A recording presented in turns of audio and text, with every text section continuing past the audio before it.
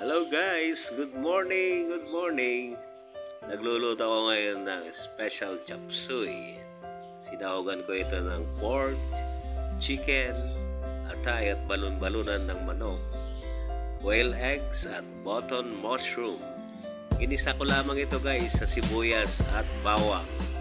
At ang mga sangkap na gulay nito ay repolyo, green peas, bell pepper, sayote, carrots, broccoli, cauliflower, young corn, and of course, seasoned with soy sauce, oyster sauce, Maggi Sabor, chicken cubes, black pepper, patis at cornstarch na pampalapot.